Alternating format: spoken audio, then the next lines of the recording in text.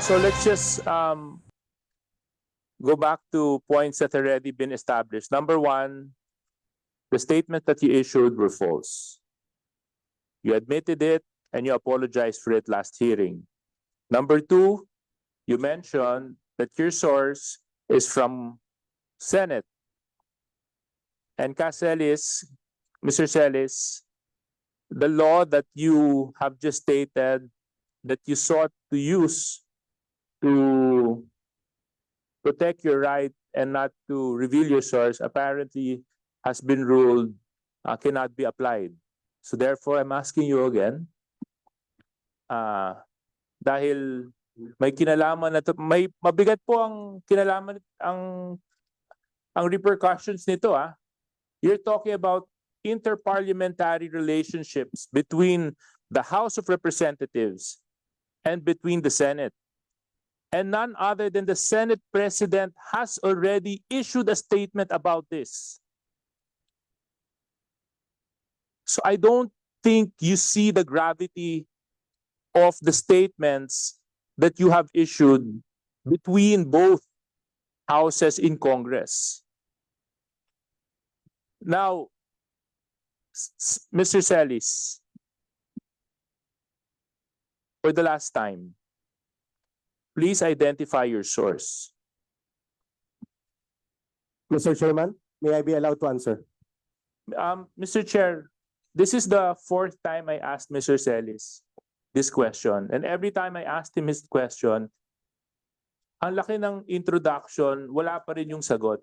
Pwede po ba this time, pag pinagbigyan natin siya magsalita, sabihin niya na po yung pangalan?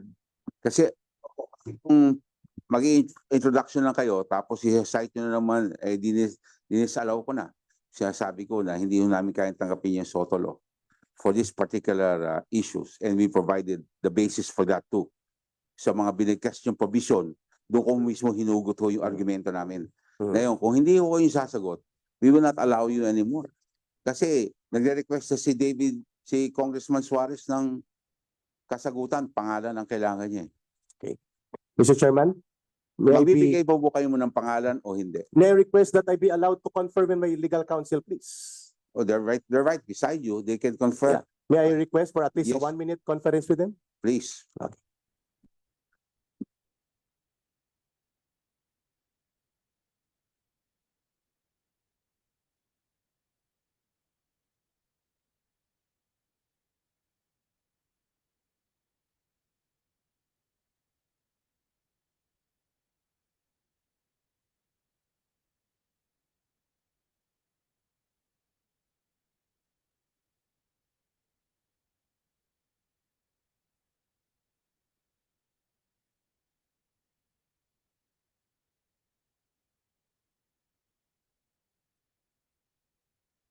Sir Chairman, may I Session be recognized resumes. again, please? Okay, please proceed.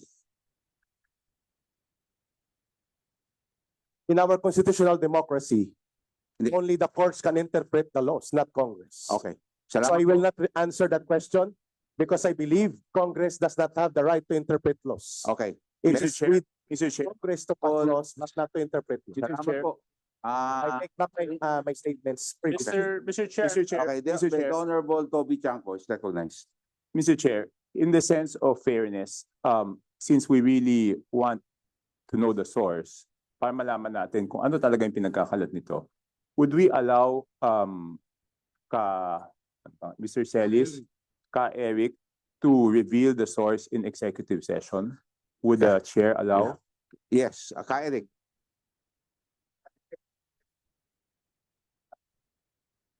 It's an executive session, an option for you. There's a suggestion by the Honorable Toby Chanco of Navotas na kung ayaw niyo po sabihin sa harap ng camera at sa publiko, okay lang ba, executive session? We will call for executive session now para lahat ho ng options ay binigay na po namin sa inyo. Eric. That would be very dangerous for other media practitioners present here because it will create a very dangerous and negative precedence on the protection of source provided by law. I will refuse still. Your Honor, due to Salamat respect. po. Mr. Salamat Chair, po tayo. The Honorable Toby Chanco is still recognized for a follow-up question. No, I just wanted to manifest that the reason that we're suggesting an executive session is to show na tayo naman, hindi naman tayo, na binibigyan natin siya ng pagkakataon na i-reveal. Kung talagang gusto niyang pangalagaan, at least an executive session. But it seems ayaw niya pa rin po, Mr. Chair. Mr. Chair, it is very clear that Mr. Celiz does not want to answer the question to reveal the source, whether in this inquiry or in executive session. So therefore, Mr. Chair, under Section 11, the power to contempt, letter E, grounds for contempt is for a resource person refusal to answer any relevant inquiry. Actually, Mr. Chair, Mr. Celiz has already violated two provisions of Section 11. The first one, acting in a disrespectful manner, and the second one, which is very more important rather, is his refusal to answer the question in a relevant inquiry. On this note, Mr. Chair, I move to contempt, to cite for contempt Mr. Celiz for on these two grounds under Section 11. So move, Mr. Chair. Second the motion.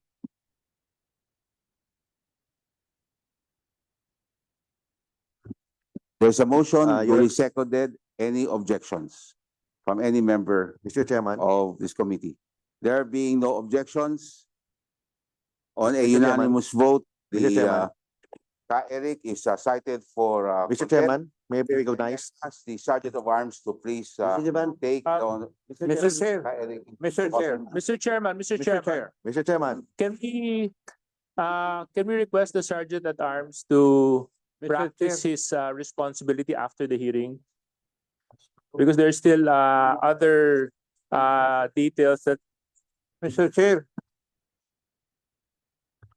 Mr. Chair, point of order. The motion was for Mr. Celiz to be cited in contempt. And I think there's supposed to be a second motion. Yes. No, the motion should be for him to be detained. Where? Because under our law, the contempt of the committee shall be deemed contempt of the House. The person cited in this section may, upon order of the committee, be detained in such place as the chairperson or acting chairperson may designate. In other words, we have to decide where to detain him and for how long, Mr. Chair. That's supposed to be the second motion. Mr. Chair, I believe with regards to the duration, it will be up to this committee to decide, and of course, to Mr. Celiz, kung kailan po niyo sasagutin yung tanong natin, and then maybe we could lift the contempt. But as long as hindi pa niya sinasagot yung tanong natin, the contempt will remain. Mr. Chairman, final statement before niyo po ako ikulong. Mr. Chair, I move for Can I have a a final statement, please? Before po ako magpapakulong, I request the committee. Mr. Chair. Mr. Chair. Mr. Chair. Thank you, Mr. Chair.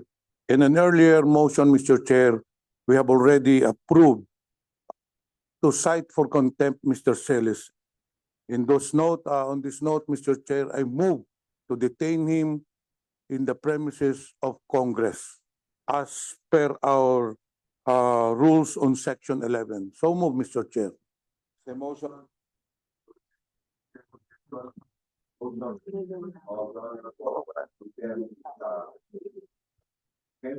Mr. Chairman, sir.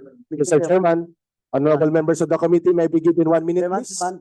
In relation to the motion, Oh. can I have, Because it is Honorable- required. the Honorable two-thirds of the vote. The Honorable Paduano is recognized. Mr. Chairman, ang ano lang, point of inquiry lang, kasi we are not allowed to have a detention for indefinite period of time. So we have to establish how long. And the lifting of such detention will depend on the members of this committee, of course, with the cooperation of the person in contempt. So we have to establish how long, because we are not allowed to detain indefinite based on so many jurisprudence, Mr. Chairman. Mr. Chair, Mr. Chair.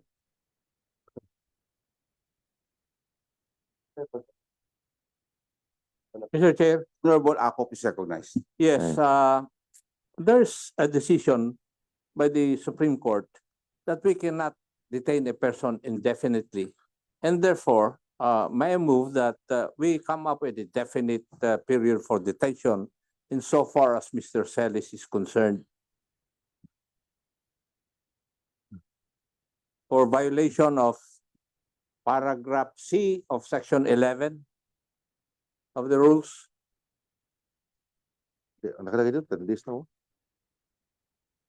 10 days. 10 days na nakalagay. 10 days lang.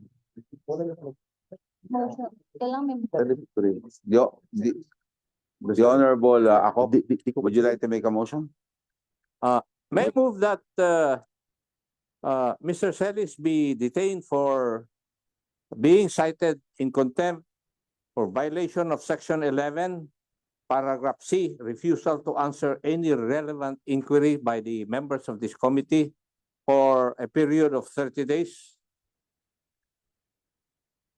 Mr. Chairman? Hindi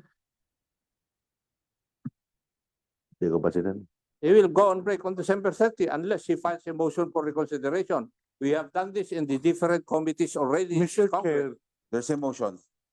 The Honorable Committee. the reason why we cited Mr. Celiz for contempt is because he does not want to answer the question. That is precisely why he violated paragraph C. So why will we give him a timeline? Eh kung kahit na hindi pala siya sumagot, papalabasin natin si Mr. Celiz.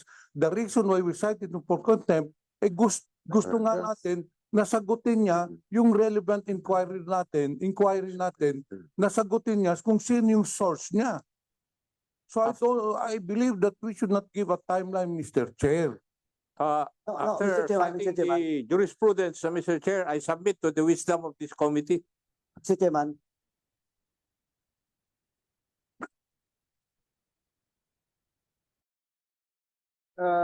Attorney Suplico to brief Yeah. Attorney Tolentino of the House Rules. You're very much aware and well versed with the rules Yeah. of this House. Because Attorney Suplico used to be implemented some of the rules that we are now implementing. As a matter of fact, in one of the invitations that he was the resource person, sabi ko nga, nung bata ako, narinig ko ng pangalan na Rolex Suplico. Elementary pa lang ako. Ganyan ho kasikat yan. Kaya lahat ng ginagawa namin, si Atty. Suplico rin ho, alam ho niya lahat yan. Okay? Maraming salamat po. Mr. Chair, Okay, we now proceed. yes, I think I still do have the floor. Still with the Honorable J.J. Suarez. Thank you very much. Mr. Chair, can the chair please reiterate the due process that the committee followed in relation to the contempt order that was issued against Mr. Celiz? Isa-isa lang natin para klaro.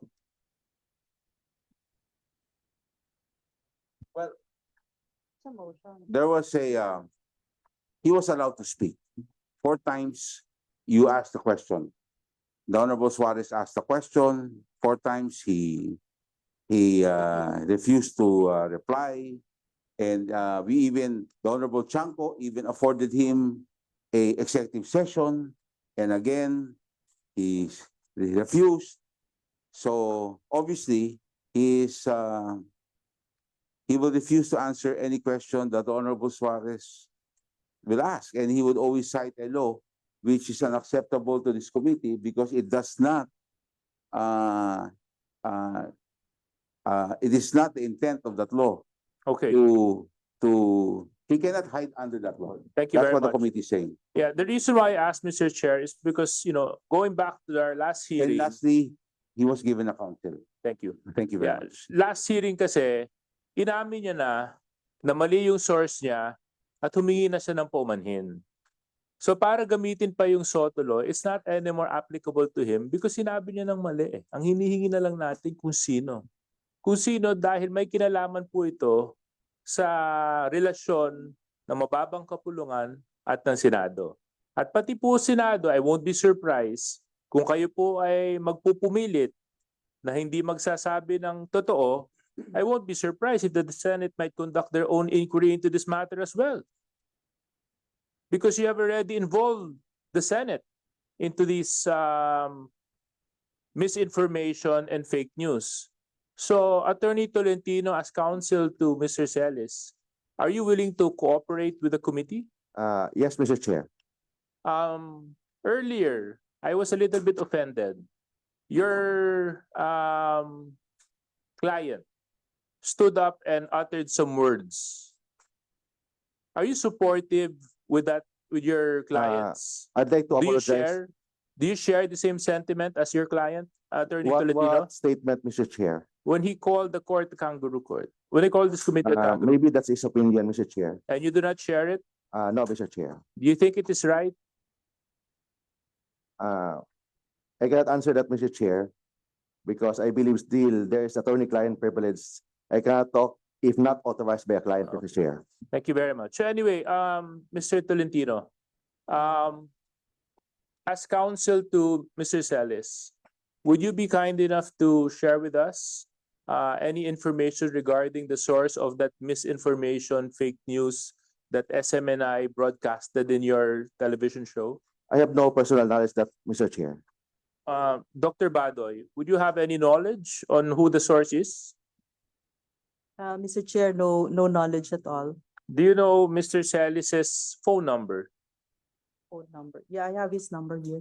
Would you be kind enough to share it with this committee? Am I allowed? Could I, Mr. Chairman, could I ask my lawyers if I could do that? Yes, I mean, It's in the guest list. Alright, so I'll give it. Okay, so I'm allowed. Okay. Mr. Chair, it's in the guest list outside. Yeah, all of us. again, Can you just, The number, Mr. Okay, Chair. can you just tell us the number, please? Okay, hold on. As requested by the Honorable Suarez. Yeah, okay. Right now, Mr. Chair. Mr. Yes. Chair, it's 09. Sige, please. Can you please, approach?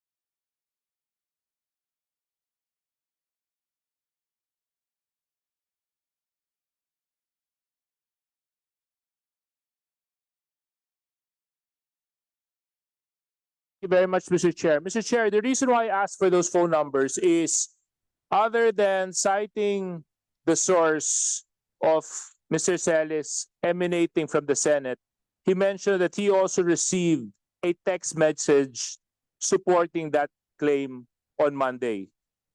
And if I'm not mistaken, the date would have been November 27, but I'll have to check my records. Mr. Chair, can I move to subpoena the text messages of that phone number? Just to know whether or not meron po ba talagang pumasok na text na nagsasabi na ganito kalaking kahalaga ang ginastos ng House of Representatives. Kasi kung lalabas sa phone records na walang text at ayaw sabihin ni Mr. Celiz yung pangalan, maaaring gawa-gawa lang itong mga pinag-uusapan natin dito at walang basehan. So, Mr. Chair, I move that we subpoena the messages from these two phone numbers on the specific date when those broadcasts was aired on SMNI. So move, Mr. Chair.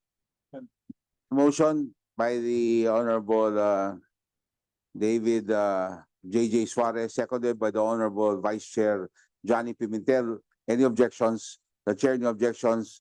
The motion is approved. We will now proceed. Okay now.